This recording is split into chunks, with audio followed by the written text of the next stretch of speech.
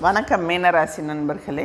புரட்டாசி மாத கிரக நிலைகளை ஆராய்ந்து பார்க்கும் பொழுது மாத தொடக்கத்தில் உங்கள் ராசிநாதன் குரு 4ஆம் இடத்தில் சஞ்சரித்து அர்த்தாஷ்டம குருவாக இருக்கிறார். 7.5 சனியில் விரயச்சனியின் ஆதிக்கம் நடைபெறுகின்றது.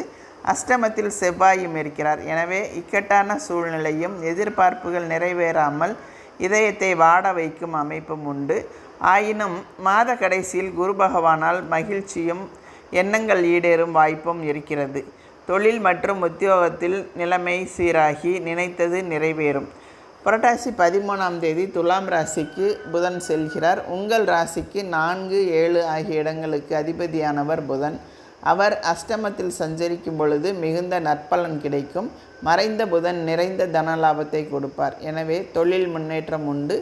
உத்தியோகத்தில் சம்பள உயர்வு கிடைக்கும். ஒரு சிலருக்கு வெளிநாட்டு அழைப்பு வந்து மனதை மகிழ்விக்கும்.